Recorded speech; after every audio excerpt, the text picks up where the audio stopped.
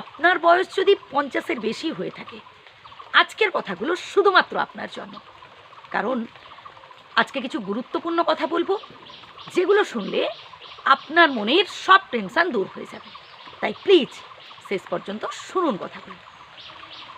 সর্বপ্রথম যেটা করতে হবে তা হলো নিজেকে স্ট্রং রাখতে হবে। সব সময় ভালো ভালো চিন্তা করতে হবে, নিজেকে বিন্দাস রাখতে হবে। হ্যাঁ, একটা সময় আপনি আপনার পরিবারের জন্য অনেক কিছু করেছেন, অনেক স্যাক্রিফাইস করেছেন, কিন্তু এখন তাদের থেকে যতটুকুন পাচ্ছেন খুবই সামান্য। এতে কষ্ট পাচ্ছেন, মন খারাপ করছেন? একদম মন খারাপ করবেন না, বরং বিধাতার কাছে প্রার্থনা করুন বাকিটা জীবনও যেন আপনি আপনার পরিবারের জন্য কি আশেপাশের মানুষদের জন্য এরকম ভালো ভালো কাজ করে যেতে পারেন। আপনার অর্জিত যা কিছু টাকা পয়সা, বাড়ি গাড়ি, যা কিছু আপনি স্বয়ং কষ্ট করে উপার্জন করেছেন, সবটাই নিজের নামে রাখুন। হ্যাঁ বন্ধু, সবটাই নিজের নামে রাখুন।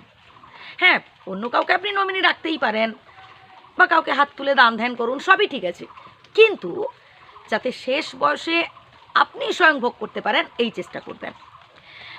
কারণ আমি অনেক বৃদ্ধ পিতামাতাকে দেখেছি শেষ বয়সে পথে পথে ভিক্ষে করে খেতে। অনেক ছেলে মেয়ে তার বাবা মাকে দেখভাল করে না, ধিক্কার জানে সেসব ছেলে মেয়েদের যারা বাবা মায়ের প্রতি সামান্য দায়িত্ব কর্তব্যটুকু পালন করে না। ভাই, আমাদেরও তো বয়স হবে, আমরাও একটা সময় বুড়ো হব। ভাই, আমরা যেমন কর্ম করব আমাদেরও ঠিক তেমন কর্ম ভোগ করতে হবে, তার ফল।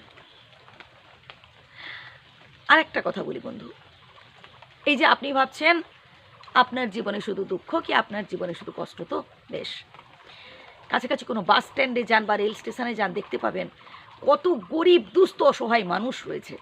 কোনো বেলা আহার জুটছে তো কোনো বেলা জুটছে না। পারলে তাদের সাথে নিজের তুলনা করুন। আমি তো বলবো বন্ধু, বিধাতার দয়ায় আপনি অনেক ভালোতে আছেন, অনেক ভালোতে আছেন। এখন হাতের কাছেই মোবাইল রয়েছে, এই যে আপনি আমার মোটিভেশানগুলো শুনছেন, আপনার স্ক্রিন টাচ মোবাইল রয়েছে তাই শুনতে পাচ্ছেন। তো আপনি এই মোবাইলে বা টিভিতে, যদি বাড়িতে টিভি থেকে থাকে, আপনি খবর শুনুন, গান শুনুন, নানান ধরনের মানে সারা পৃথিবীতে কী হচ্ছে না হচ্ছে এইসব অনেক অনেক খবর আপনি জানতে পারবেন মন ভালো রাখার জন্য।